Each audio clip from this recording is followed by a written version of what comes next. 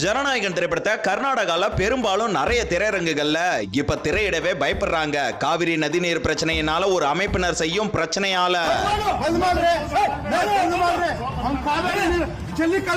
ஜனநாயகன் திரைப்படத்தோட poster banner எல்லாம் கிழிச்சு அராஜகம் செய்யறாங்க. தளபதியோட வரலாறு என்னன்றது தெரியாம 2018 எங்களோட பேனர் கிழிச்ச ஏடிஎம்கே கட்சி இன்னைக்கு என்ன நிலைமையில இருக்கு அப்படின்றது எல்லாருக்குமே தெரியும். சோ வெயிட் பண்ணுங்க பாஸ், உங்களுக்கான சம்பவம் வெறித்தனமா இருக்கும். எதுக்குடா அவனை தொட்ட? அவன் சுடு தண்ணியிலே கைய விடுவான், உன்னை சும்மாவா விடுவான்? காவிரி நதிநீர் பிரச்சனை குறித்து நம்மளோட தளபதி கர்நாடகாவில் ஆய்வு செய்ய இருந்த நிலையில கர்நாடகாவோட முதல்வர் டி.கே. சிவகுமார் அவர்கள் நம்ம தளபதி அங்க வர வேண்டாம்னு சொல்லியிருக்காரு.